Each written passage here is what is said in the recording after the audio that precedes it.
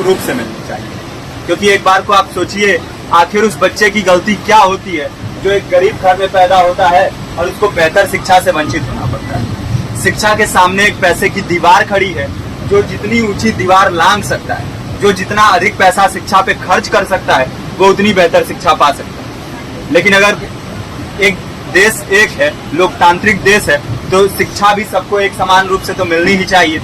आज परिस्थिति ये है कि एक तरफ तो प्राइवेट स्कूल हैं जो लूट के अड्डे बने हुए हैं, वहां पे आप एडमिशन कराने जाएंगे तो सिर्फ एडमिशन के नाम पे ही आपको 10,000 20,000 रुपए देना होगा। और कमीशन खोरी का ऐसा धंधा है कि कॉपी, किताब, टाई, बेल्ट, ड्रेस, जूता कहाँ से खरीदना है ये आप नहीं तय करेंगे वो प्राइवेट स्कूल वाले। यानी आम लोगों की मेहनत की आखिरी कौड़ी उनके जेब से वसूल लेना चाहते हैं। और दूसरी तरफ सरकारी स्कूलों में न तो पर्याप्त टीचर है, न पर्याप्त बिल्डिंगें हैं। 2019 का ही ये पुराना आंकड़ा है कि हर 100 में से 52 स्कूलों में या तो एक टीचर है या 2 टीचर हैं। और उन्हीं टीचरों के ऊपर जिम्मेदारी थोप दी जाती है कि जनगणना करो, मतगणना करो, पशुगणना करो, तमाम काम करवाए जाते हैं। और 19 के बाद से तब से कितने टीचर रिटायर हुए होंगे और 18 के बाद से कोई टीचर की वैकेंसी भी नहीं है।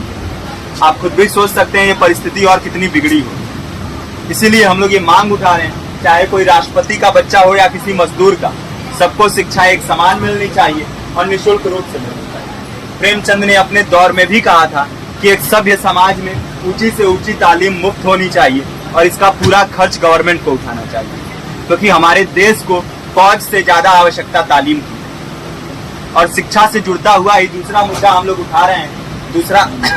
दूसरा मुद्दा है रोजगार का। रोजगार की परिस्थिति ये है कि आज सरकारी सेक्टर हो या प्राइवेट, सब कुछ ठेका संविदा के हवाले किया जा रहा है। परमानेंट नौकरियां लगातार घटाई जा रही है।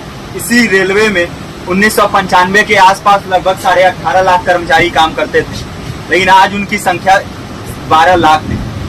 आप खुद भी सोच सकते हैं कितने बड़े पैमाने पे परमानेंट पदों को घटाया जा रहा है। और आज आलम ये है, एक तरफ लाखों पद खाली पड़े हैं, फिर भी कोई वैकेंसी नहीं निकलती। जो वैकेंसियां निकलती हैं उनमें भ्रष्टाचार होता है, पेपर लीक हो जाते हैं।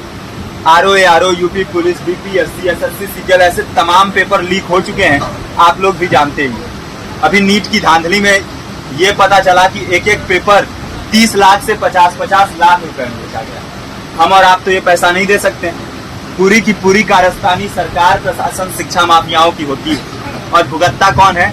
आम घरों के लोग, जो लोग सालों साल तैयारी करते हैं, दिन भर में 10-10 घंटे, 12-12 घंटे पढ़ते हैं। और इतनी कड़ी मेहनत के बाद, सालों साल की मेहनत के बाद उनके हाथ लगती है तो सिर्फ हताशा, निराशा, अवसाद। बहुत से छात्र नौजवान जो इस बेबसी में, इस डिप्रेशन में नहीं जी पाते, आत्महत्या तक के कदम उठा लेते हैं। लेकिन ये देश की विडंबना है कि टीवी चैनल, अखबार, मीडिया, नेता, मंत्रियों के लिए कहीं ये कोई मुद्दा नहीं है। उनके लिए मुद्दे हैं तो जाति, धर्म, रंग, नस्ल, अगड़ा पिछड़ा। आज जब पूरी परिस्थिति इतनी भयावह है तो ये जरूरी है कि लोगों के बीच में जाया जाए, लोगों को संगठित किया जाए और एकजुट किया जाए।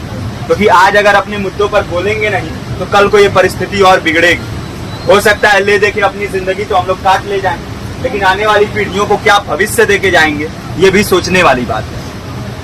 हमारे साथी ने आपको पर्चा दिया है, पर्चा आप तक पहुंच गया है। पर्चे में और भी बातें हैं, इसको पूरा विस्तार से पढ़िए। पर्चे में हमारा नंबर है, संपर्क कीजिए। फेसबुक का, इंस्टाग्राम का लिंक है, आप वहाँ पे जाएंगे तो आपको पता भी चलते रहेगा कि लगातार किन किन माध्यमों से हम इस अभियान को चला रहे हैं। नुक्कड़ नाटक, संगीत, शिक्षा सहायता मंडल, लाइब्रेरी, तमाम माध्यमों से इस अभियान को चला रहे हैं और कोशिश कर रहे हैं कि बड़े से बड़े पैमाने पर हर जगह पे लोगों को संगठित किया जाए और एकजुट किया जाए। आपके बीच भी आए हैं, आपका साथ और सहयोग दें। साथ इस रूप में कि आप भी हमारे इस कारवां और इस मुहिम से जुड़िए।